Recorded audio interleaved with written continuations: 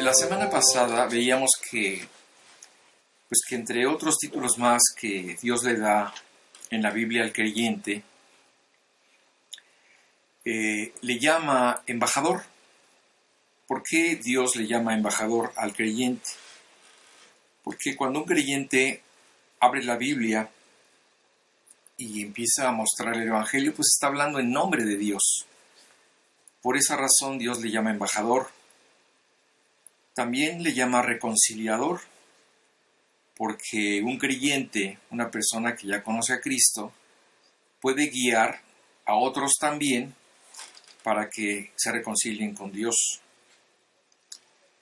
Bajo este entendido, llegamos al versículo 23 del capítulo 20 de Juan que estamos estudiando. Y veíamos este versículo que a veces ha estado mal entendido. Dice: a quienes ustedes perdonen los pecados, estos les son perdonados. A quienes retengáis los pecados, estos les son retenidos. Y en este punto aclaré que en forma equivocada se han usado estas palabras para enseñar que algunos hombres están facultados para perdonarles los pecados a otros. Lo cual, desde luego, pues es una interpretación completamente aberrante, ¿verdad? Es errónea, es blasfema y hereje, ya que la Biblia enseña claramente que solo Dios puede perdonar pecados. Entonces veíamos que cuando un creyente predica el Evangelio, él está llevando a cabo una acción sobre la persona que está escuchando. Y la persona pues está recibiendo el mensaje que uno le está dando, pero finalmente esta persona es la que toma una decisión en favor o en contra del Evangelio. Por ejemplo, en Juan 19:1 dice que Pilato tomó a Jesús y lo azotó. Así dice el versículo. Y obviamente sabemos que él no lo hizo, ¿verdad? Él no lo hizo personalmente, sino los soldados romanos. También podemos leer en Juan 4:1, donde dice que Jesús bautizaba. Pero el versículo 2 nos explica que Jesús no era el que bautizaba, sino eran sus discípulos. ¿A qué voy con esto? Que Pilato y Jesús, en este ejemplo, eran los que estaban provocando la acción que se diera, pero ellos no la llevaban a cabo. Y esto lo uso como ejemplo para ilustrar que de la misma forma el creyente provoca la situación al testificar, al confrontar al pecador con el Evangelio. Pero quien lleva a cabo la acción, quien responde, quien toma una decisión ante Dios es la persona a quien se le habla. Y yo como creyente soy el testigo de esa acción. Y como testigo de esa acción puedo declarar lo que está pasando. Entonces, Dios le da al creyente la autoridad y la facultad para declarar cuáles son las consecuencias de la decisión de una persona. Esto en conformidad o en desobediencia a los mandatos de Dios. Entonces, de esta forma, el creyente puede declarar, de acuerdo al resultado, puede decir que esta persona ha sido perdonada o desatada si acepta el Evangelio.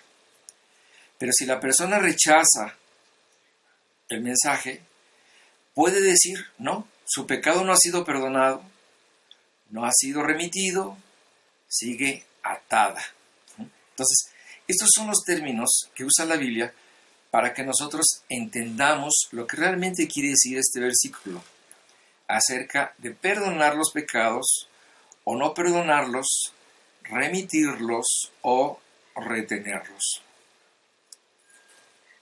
Veíamos también un versículo en Mateo 18:18 en donde usa esta terminología y dice: de cierto os digo que todo lo que atéis en la tierra, siguiendo el mismo sentido, será atado en el cielo, y todo lo que desatéis en la tierra será desatado en el cielo.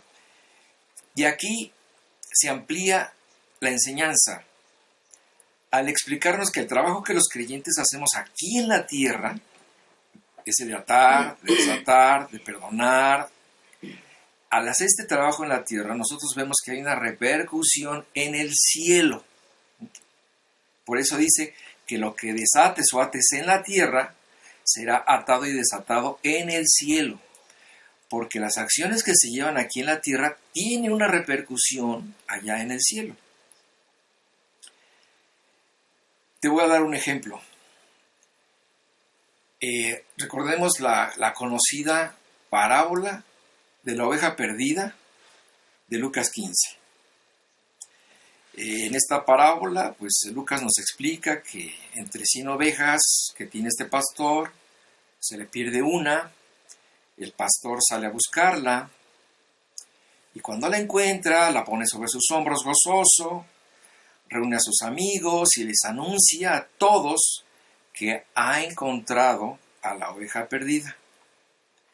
Pero estos versos nos dicen que al mismo tiempo que está pasando esto en la tierra, dice este versículo, que al mismo tiempo en el cielo hay un gran gozo delante de los ángeles de Dios, porque en la tierra un pecador se ha arrepentido. Es decir, una acción que sucedió en la tierra tuvo una repercusión en el cielo. Por eso Mateo nos dice que lo que atamos en la tierra repercute en el cielo. Bueno, espero que les haya quedado claro estos pasajes que son, a veces son difíciles de entender o que son polémicos. También conocimos la historia de Tomás, ¿verdad?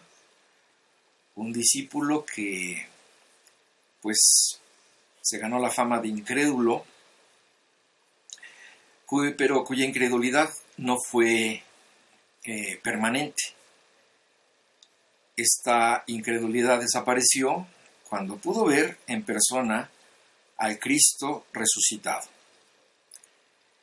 Vimos que en ese momento, ¿verdad?, cuando Jesús se apareció y él estaba ahí, Jesús lo invitó a creer, ¿verdad? Le dijo: ven, acércate, toca mis heridas, ¿verdad?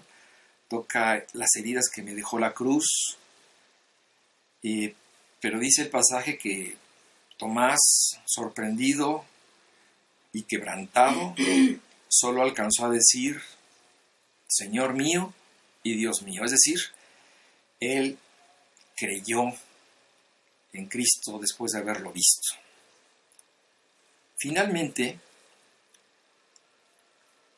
ya al final de este capítulo, Juan nos explica que las cosas reveladas en su Evangelio son suficientes para concluir que Jesús es el Cristo y el Hijo de Dios, y para que entendamos que si creemos en Él, podemos tener vida eterna en su nombre, lo cual cumple con el propósito para el cual fue escrito este Evangelio. ¿Ok?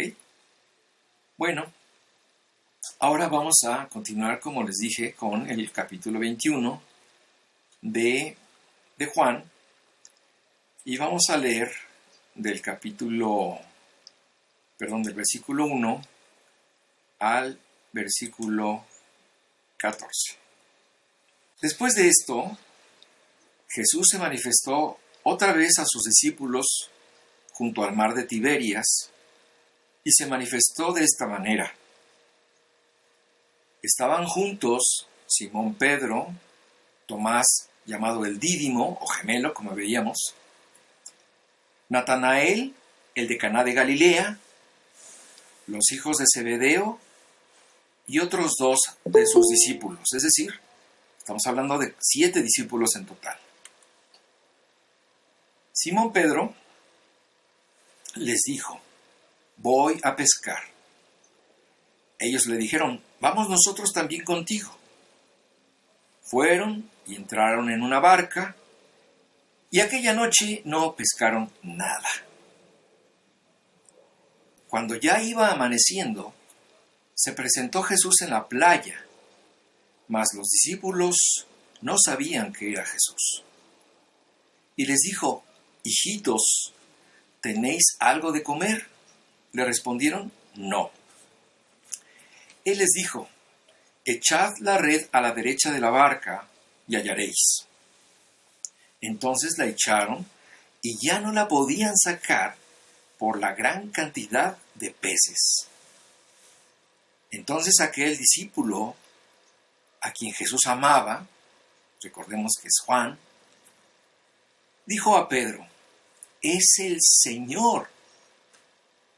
Simón Pedro, cuando oyó que era el Señor, se ciñó la ropa porque se había despojado de ella y se echó al mar.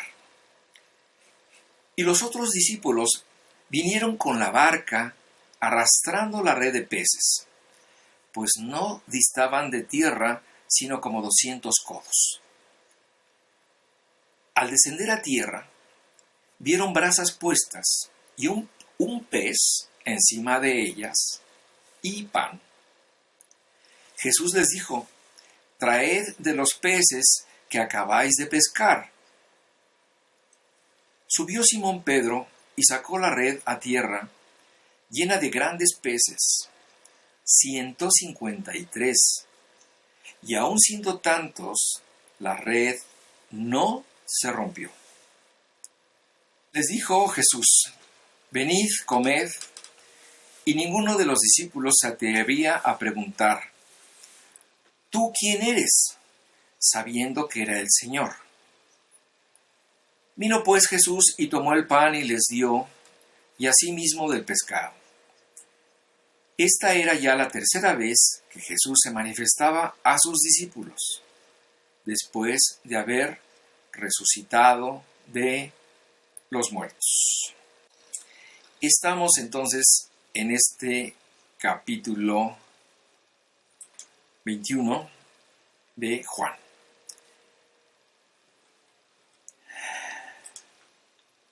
Juan nos dice que los discípulos se encontraban en el mar de Tiberias, mejor conocido como el mar de Galilea, un lugar donde muchas veces se habían reunido con Jesús. En esta ocasión, como vimos, solo estaban 7 discípulos, y por supuesto Juan entre ellos. Jesús ya se había aparecido a todo el grupo 2 veces, y a todos les había quedado muy claro que el Señor había resucitado y que estaba vivo. En el capítulo anterior, Jesús les había dado la comisión de predicar su evangelio. ¿Recuerdan sus palabras? Como me envió el Padre, así también yo os envío.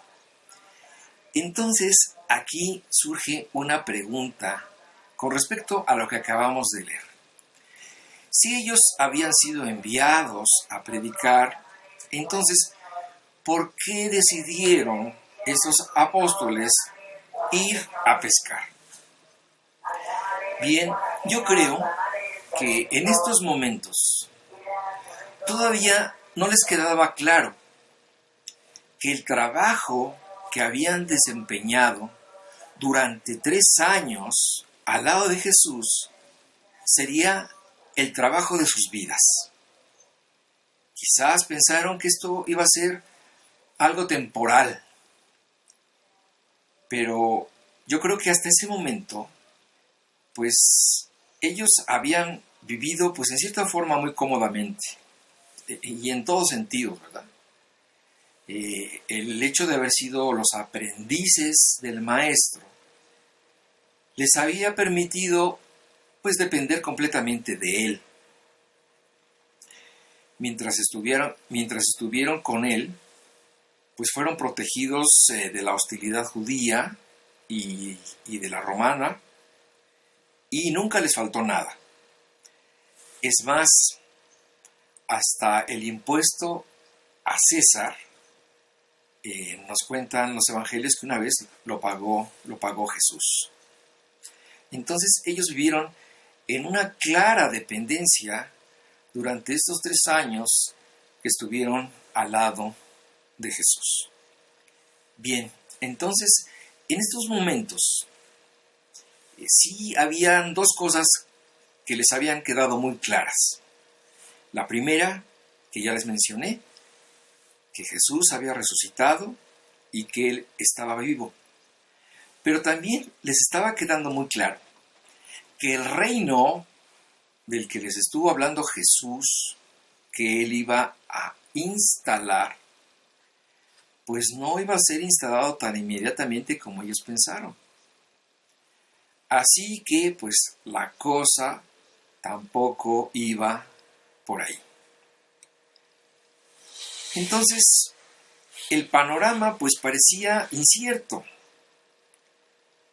porque aunque el Señor nos cuenta la Biblia que se siguió apareciendo durante 40 días, pues la realidad es que estas apariciones eran intermitentes y Jesús ya no estaba con ellos permanentemente, pues como estaban acostumbrados a verlo todos los días, todo el tiempo, día y noche. Bien, mientras se aclaraba todo esto en sus mentes, ellos pues decidieron regresar a su oficio, a ese trabajo que conocían de toda la vida, que compartían como amigos, ¿verdad? Y pues que antes de la aventura que tuvieron con Jesús, pues obviamente este trabajo les había dado de comer a ellos y a sus familias durante todas sus vidas. ¿Qué es lo que vemos? ¿Qué es lo que leímos en este pasaje? Que de pronto Pedro les hace una invitación. Vamos a pescar. De esta forma, él estaba demostrando el liderazgo que siempre lo caracterizó. ¿Y qué pasó? Pues los demás les pareció una buena idea y lo siguieron. Así que pues me los imagino yendo a buscar sus cosas, ¿verdad? Subirse en una barca, sentir nuevamente la experiencia de tomar en sus manos esas herramientas que por tanto tiempo habían dejado abandonadas. Y al fin, como lo que bien se aprende nunca se olvida, decidieron pescar pues durante toda la noche, pero sin resultados. La Biblia dice que no pescaron nada. Toda una noche de trabajo, toda una noche, no sé, quizá pensaron, ya perdimos el tacto, ¿verdad? Ya perdimos ese don. Pero no fue así, como veremos más adelante. Dice el pasaje que entonces su frustración fue iluminada por el amanecer de un nuevo día. A lo lejos estaba Jesús, quien los estaba observando desde la playa. Entonces, en ese momento, acababa de amanecer, ¿verdad? Todavía no había una luz plena. Y como nos dice el pasaje que estaban a 200 codos de la playa, esto es a unos 100 metros, pues no reconocieron a Jesús a distancia. En ese momento, Jesús se dirigió a ellos como quien espera que unos exitosos pescadores le compartan algo. Hijitos, ¿tenéis algo de comer? Híjole, a pesar de ser hombres experimentados en su oficio, y como les comenté, de haber trabajado toda la noche, durante varias horas, tuvieron que reconocer penosamente que no tenían nada que ofrecer. Jesús lo sabía. Jesús conocía perfectamente la situación porque recuerda que cuando Jesús preguntaba algo, no era para enterarse de lo que estaba pasando, sino para hacerlos pensar a ellos con lo que estaba sucediendo. ¿Recuerdas la historia que Juan nos contó de Natanael al principio del Evangelio? Cuando éste fue llamado a incorporarse a las filas del discipulado, Jesús le hizo un comentario que le convenció inmediatamente que él era el Hijo de Dios, el Rey de Israel. Vamos a recordar este pasaje que está en Juan 1, del 47 al 49. Dice así: cuando Jesús vino a Natanael, que se le acercaba, dijo él: he aquí un varón israelita en quien no hay engaño. Le dijo Natanael: ¿de dónde me conoces? Respondió Jesús y le dijo: antes que Felipe te llamara, cuando estabas debajo de la higuera te vi.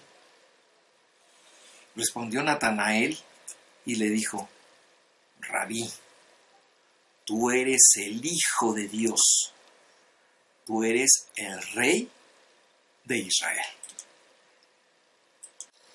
Como les comenté en la ocasión que vimos este pasaje, la Biblia no nos explica detalladamente qué fue lo que sucedió, ¿verdad? Pero suponemos que Jesús pudo saber alguna buena obra que Natanael había hecho y que solamente él conocía. Y que en el momento en que Jesús le platicó lo que había hecho, se quedó completamente sorprendido, porque se dio cuenta que para Jesús no había secretos, que él conocía toda su vida. Y esto le hizo reconocer inmediatamente que Jesús era el Hijo de Dios, el Rey de Israel. Esto es importante saber, porque Jesús conoce nuestro corazón. Muchas veces Jesús declaraba que él no necesitaba que la gente le platicara cómo era tal persona o qué hacía tal persona, porque él decía: yo conozco el corazón de los hombres y a mí nadie me tiene que decir qué es lo que hay en el corazón de las personas. Bien, al preguntarles si tenían algo de comer, les recordó también una añeja lección. Porque lejos de mí, nada podéis hacer. Y en lo personal, cada vez que leo esta frase, ¿verdad? Se siembra mi orgullo, ¿verdad? Algún vestigio de autosuficiencia o de fuerza, de inteligencia que yo tenga, queda completamente eliminado. Porque es muy clara esta frase que Dios le dedica a sus hijos. Lejos de mí, nada puedes hacer. Estas frases que nos recuerdan que separados de Él no podemos hacer nada, nos hace recordar que debemos depender de Dios por completo para hacer las cosas que a Él le agradan. Y por supuesto estoy hablando de hacer cosas espirituales, porque hablando de hacer cosas, bueno, pues todo el mundo se la pasa haciendo 1000 cosas. no se trata de cualquier cosa. Se trata de hacer las cosas que le agradan y que honran a Dios. Hay mucha diferencia entre las cosas que las personas hacen. Yo recuerdo, por ejemplo, cuando estaba en secundaria, a mi profesor de biología, el doctor Lemos. Y era una persona mayor y siempre en sus clases, con gran solemnidad, se paraba, ¿verdad? Y nos decía su máxima del deber humano. Tener un hijo, plantar un árbol y escribir un libro. Claro, nunca nos dijo lo difícil que era mantener al hijo, ¿verdad? Regar el árbol y vender el libro. Pero en fin, cada persona tiene sus pensamientos y sus valores con los cuales va a luchar toda su vida por obtener. ¿Por qué? Porque el hombre siempre busca algo que hacer. Y a veces no le importa si es bueno o si es malo lo que hace, pero procura mantenerse ocupado. Como dice el rey Salomón, porque nunca se sacia el ojo de ver ni el oído de oír. El hombre es inquieto, siempre está en la búsqueda, no sabe de qué, pero como tiene un corazón vacío que llenar, esta sensación le obliga a estar siempre buscando algo que hacer para satisfacerse. Cuando Jesús dijo, lejos o separado de mí, nada puedes hacer, no se refería a hacer cualquier cosa, sino a aquellas cosas que trascienden el tiempo terrenal y que dejan una huella a perpetua eternidad.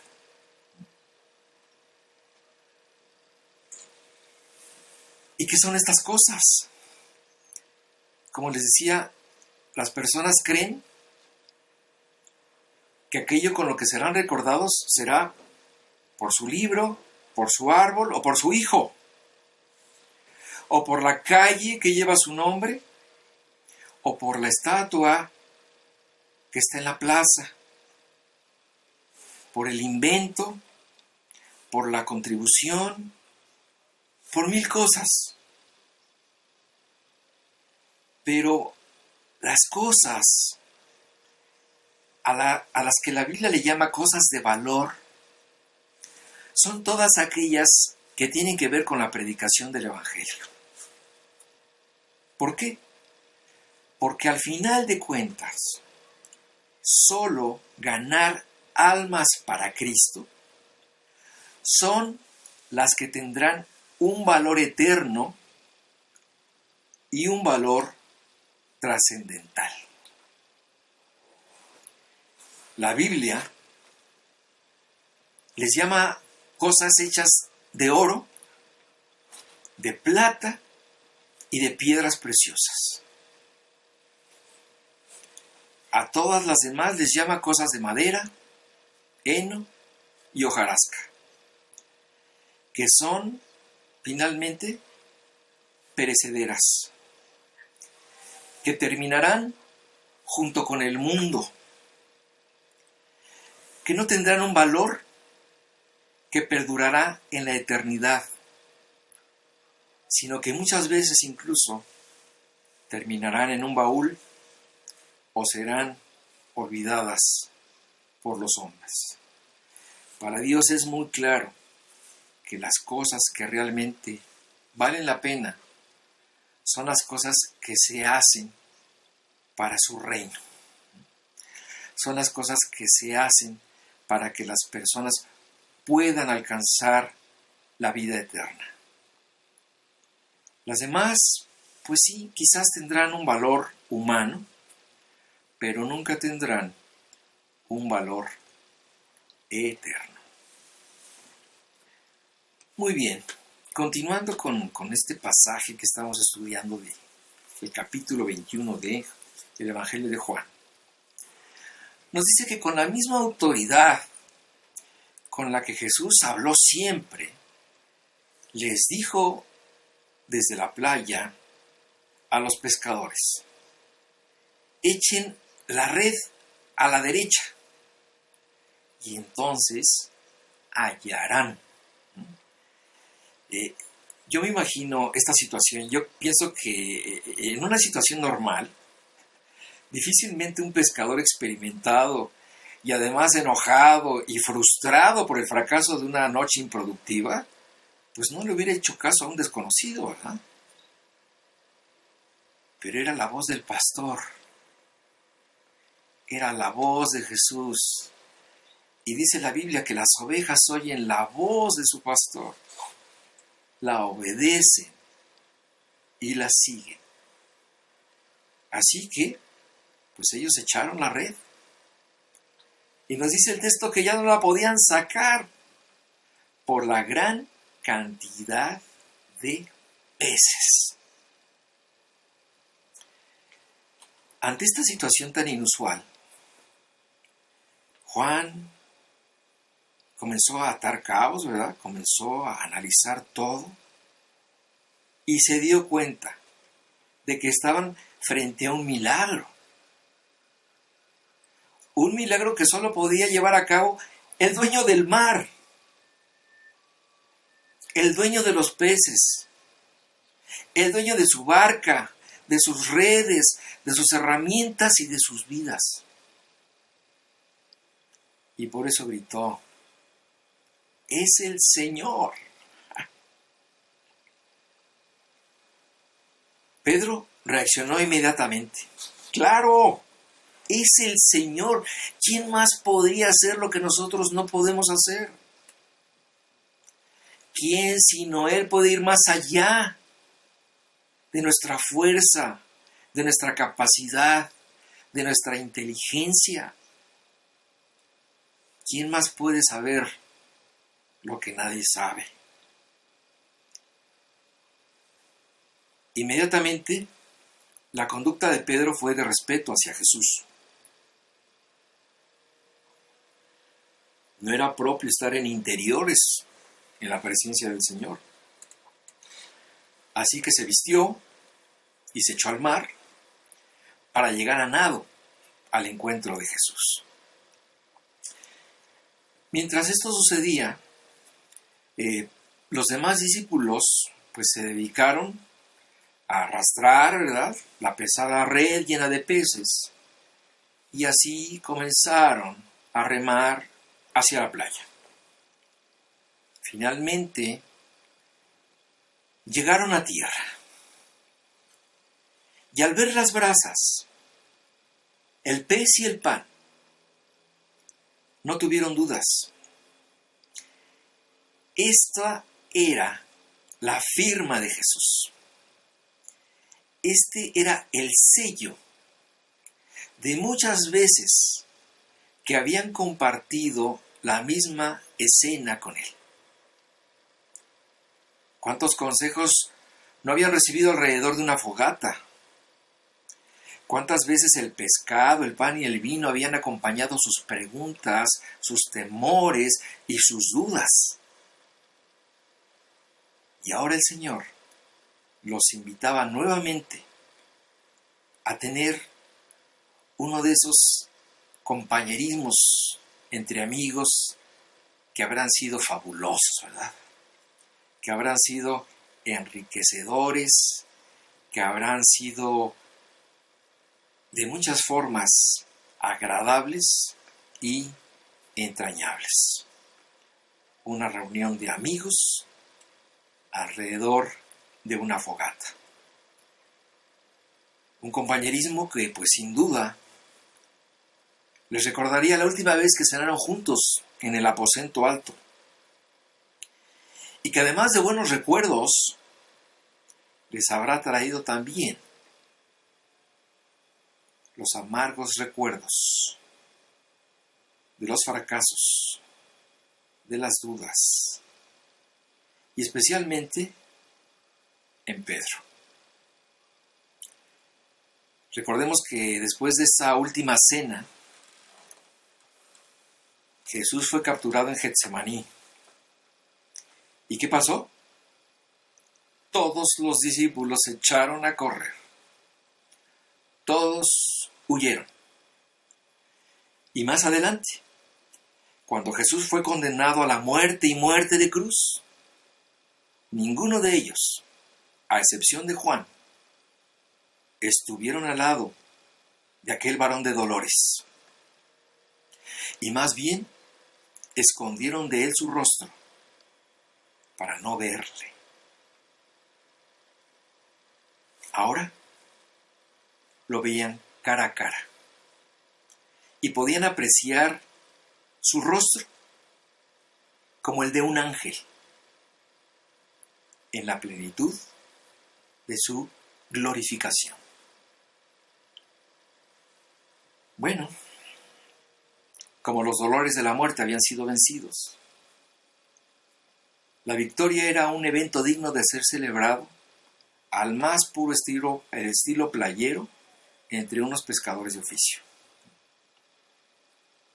¿Pero qué pasó? Aquí hay un detalle que menciona este pasaje, que a mí, les juro que yo nunca había visto, hasta ahora que estudié con calma este capítulo. Dice que cuando se acercaron a la fogata, se llevaron una gran sorpresa. Porque dice el pasaje que solo había un pez, un solo pez en las brasas. Solo estaba el pez de Jesús. ¿Por qué? Dentro de todas las lecciones que Jesús les estaba recordando en ese momento, les recordó que había llegado el momento de volar con alas propias. Para esto habían sido capacitados, para valerse por sí mismos. Las lecciones y las enseñanzas de un intenso discipulado que duró un poco más de 3 años estaban depositados en lo profundo de sus corazones y de su mente. Y ya era momento de empezarlas a sacar. Por esta razón, Jesús les dijo: si quieren desayunar, traigan de los peces que acaban de pescar.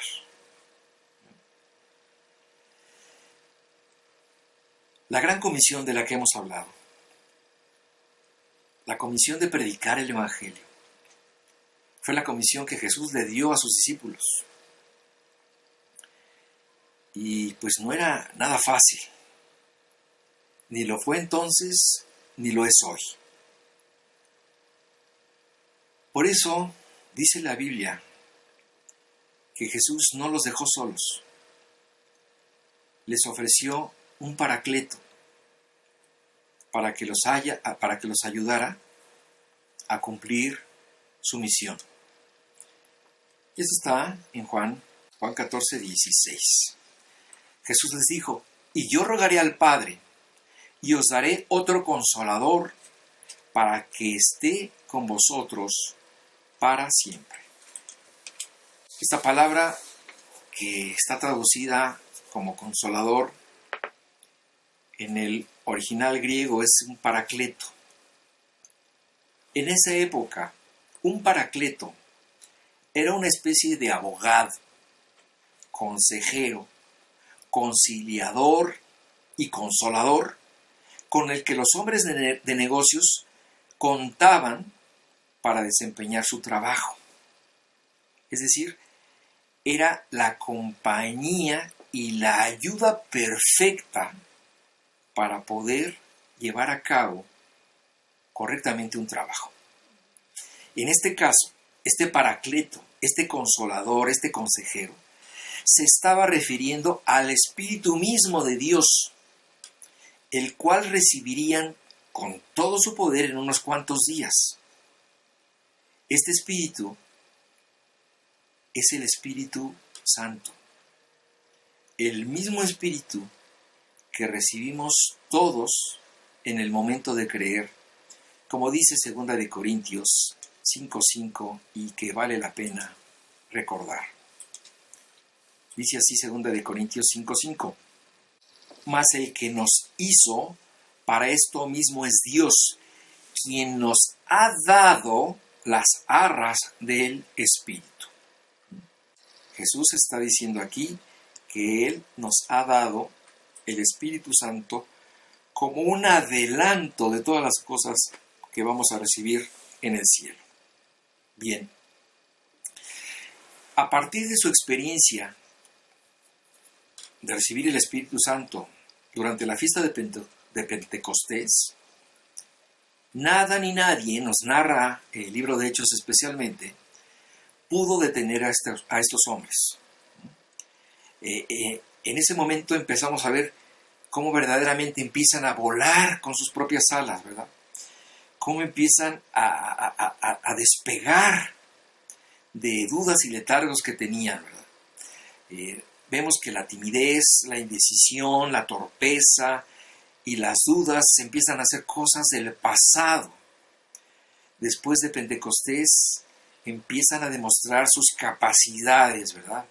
Y se empieza a ver cómo empiezan a sacar de su alma el mensaje que habían recibido de Jesús, y desde entonces lo proclamaron con fervor, con convicción, con alegría y con poder, como debe ser.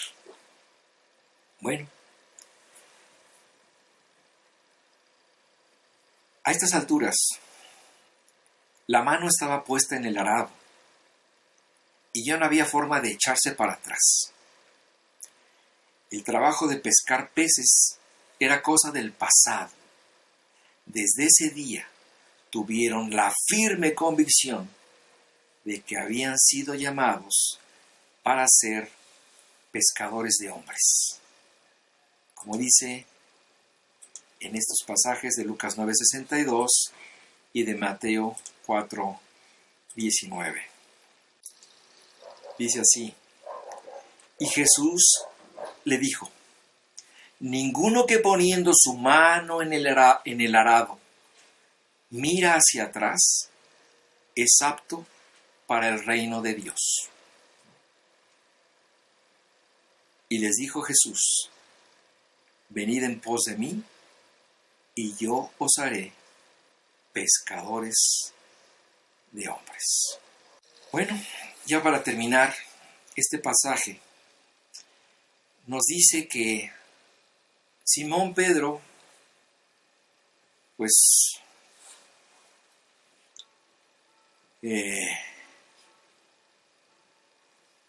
llegando ya en la playa, arrastró hasta la orilla la red llena de peces, ¿verdad?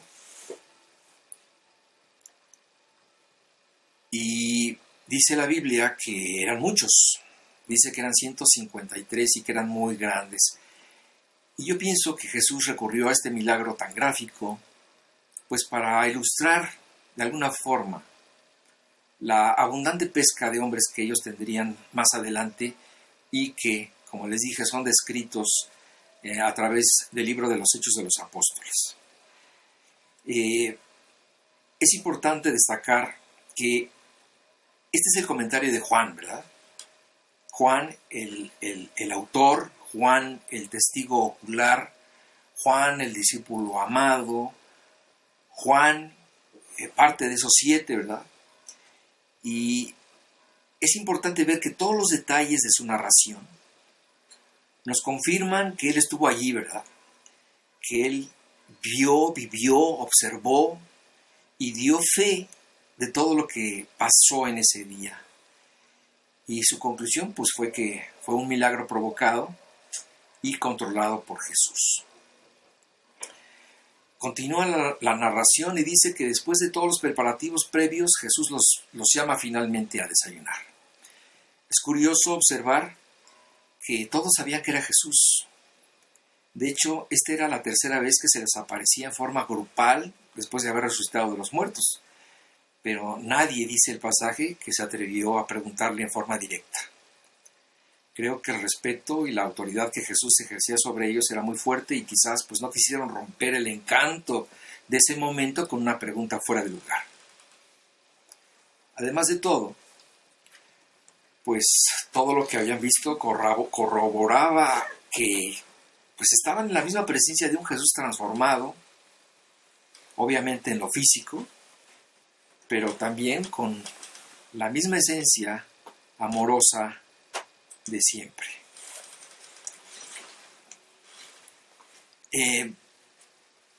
Las primeras veces que Jesús se les apareció, les había enseñado sus heridas, como ya vimos, y había comido con ellos para identificarse.